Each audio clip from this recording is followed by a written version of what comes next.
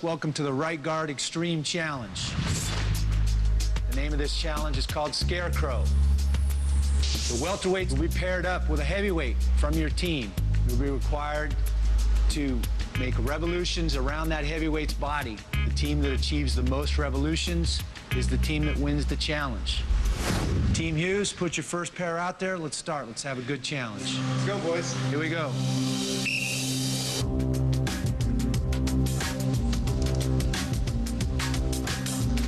This challenge is actually very physically demanding.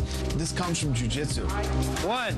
In jiu-jitsu, you have to get real tight on a guy, almost like a snake wrapping around somebody to apply chokes or arm bars. Two. Mike has to stand in what's called the Scarecrow position with his arms out. He can't support Joe in any way, and Joe can't touch the ground. If he does, they're eliminated. Nice and slow. Which one's the heavyweight? Four. I see some big numbers here.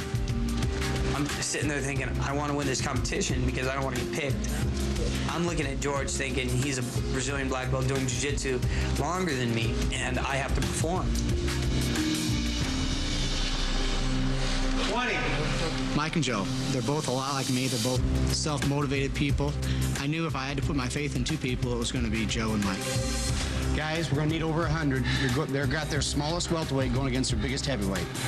You guys got to, your numbers got to be over 100. Has to. 62. I'm so glad you used your right guard. Yep. 63. You ready, big dog? Come on. You guys get over 100, then you can start telling me you're tired. 64. 9.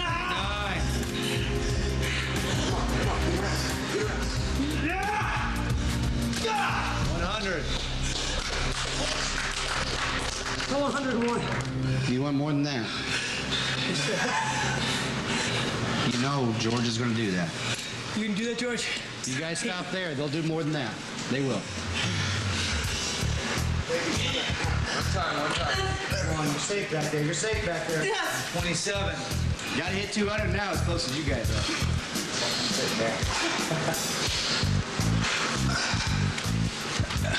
32. Perfect technique.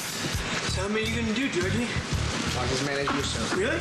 Okay, here's another one. And when you hit this number, remember you said that, because you're going to have double.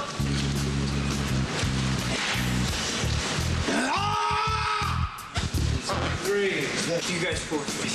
I'm not Joe Stevenson is out there spinning on Mike's back, and the whole time he's being kind of arrogant as he's doing it. 181. You guys better keep warming up. Our first 50 is a warm-up.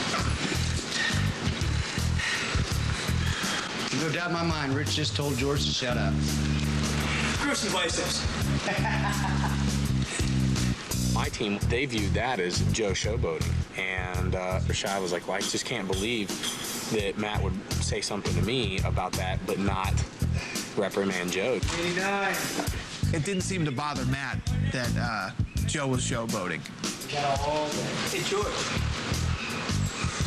You know, and Matt always talks, you know, no showboating. He doesn't like it. He ripped Rashad apart and then ripped his team after that, if you ever do anything like that. Showboating? I don't think that was showboating. He was getting his mind off what he was doing. 200. Matt was killing Whitehead and Stevenson. Matt said, you're not quitting. 101. And he pushed him, pushed him, and pushed him 202. to where they ended up doing it for an hour and 40 minutes. 203. 204. And we're doing 204. You're gonna step somewhere. 204. Not only was he breaking down Joe, but he was breaking down Mike, his heavyweight, too. And that was all part of the reason why I kept my mouth shut and waited for them to do their whole deal before I forfeit the entire challenge. We'll forfeit.